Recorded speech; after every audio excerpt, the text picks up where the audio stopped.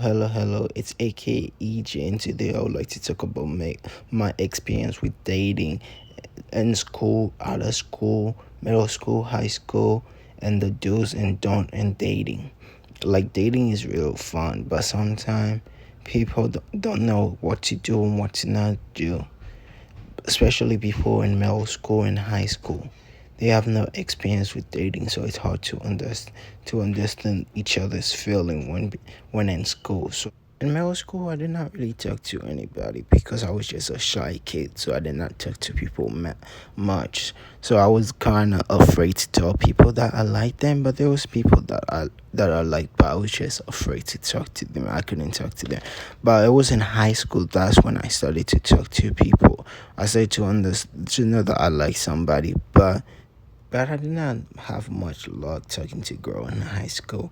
I took a lot of L, but I did not even take one W into the end, because in high school you was most people were new to dating and stuff, so I didn't know what to do, what to say, or anything, and it was horrible the much of L's I took in high school, and how I was I did not really understand no's and yes and stuff like that. I didn't get no cues and stuff like that, which is really good. Which is really good to know when you're a young boy, because because when you're young, people don't really tell you a lot about girls and boys and what to do and what not to do.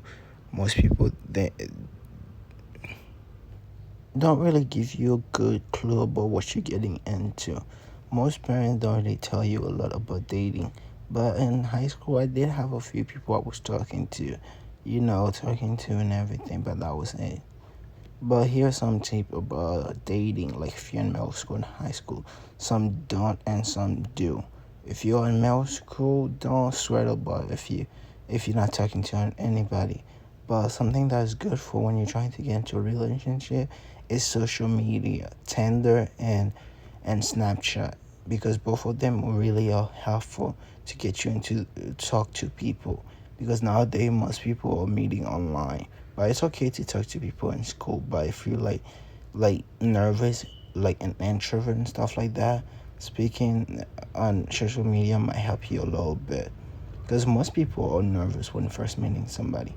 So something that's good about Tinder is that some people put their Instagram or Snapchat name, which is really good, which helps people communicate it. Because something about Tinder that nobody tell you is that to match with people, if both people don't click match at the same time, you would have to pay to see who match with you or stuff like that.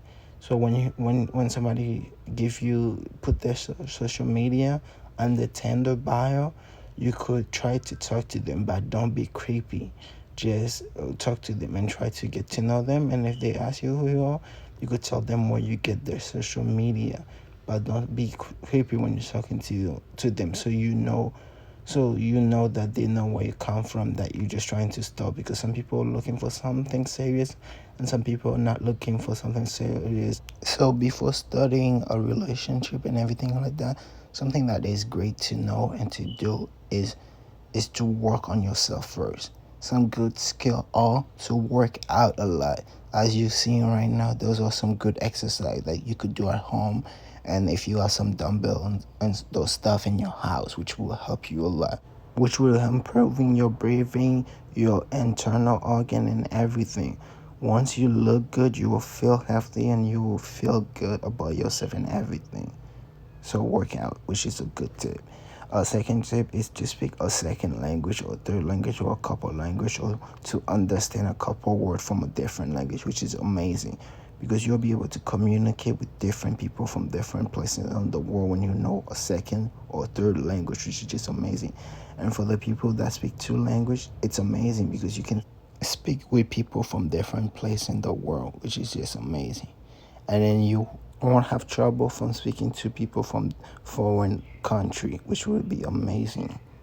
the two tip about knowing food, knowing what is healthy and what is not healthy, and having a diet and stuff like that, which is just amazing. Like as you can look on the screen about the food to know what is good for you and what is bad for you. It's okay to eat unhealthy, but you gotta know what's good for you and to eat them, and to have a balance of what you eat and what you don't eat. And then the second part of this is cooking. Is nothing more important than somebody that know how to cook. Like that's just a great skill to have, to know how to cook, because if you could cook, and then you could use that skill to talk to people. Like if you like somebody, you could tell them, be like, oh, I know how to cook, and then you could ask them what's their favorite food, and then you could try to make them for them, because that's great thing to have. Great hobbies beside those other one I would tell you, which would be playing a music instrument, knowing about music instrument, making music, knowing history about music, doing all stuff like that, doing art, literature, knowing about them, writing and singing, and getting yourself involved. Don't just focus on getting a person, focus on improving yourself first, focus on trying to uplift yourself. Skateboarding and stuff like that. Like, try to learn a skill or hobby, try to improve in it. Don't try to be good in all your hobby. It's okay to have one hobby you the best have, to have one you don't know much but you still good at it, which is would be great. And then the last part is, the two last part would be having a daily schedule, a schedule that help you with your hobby, your chores, your everything.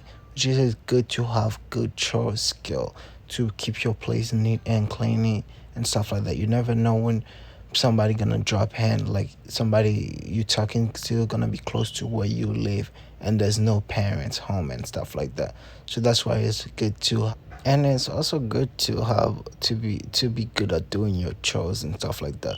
The daily schedule just gonna help you to know what you need to do and what is already done, because it's good to have good management skill, because you never know when you're gonna be running out of time and stuff like that, which is a skill that everybody should learn at a very young age.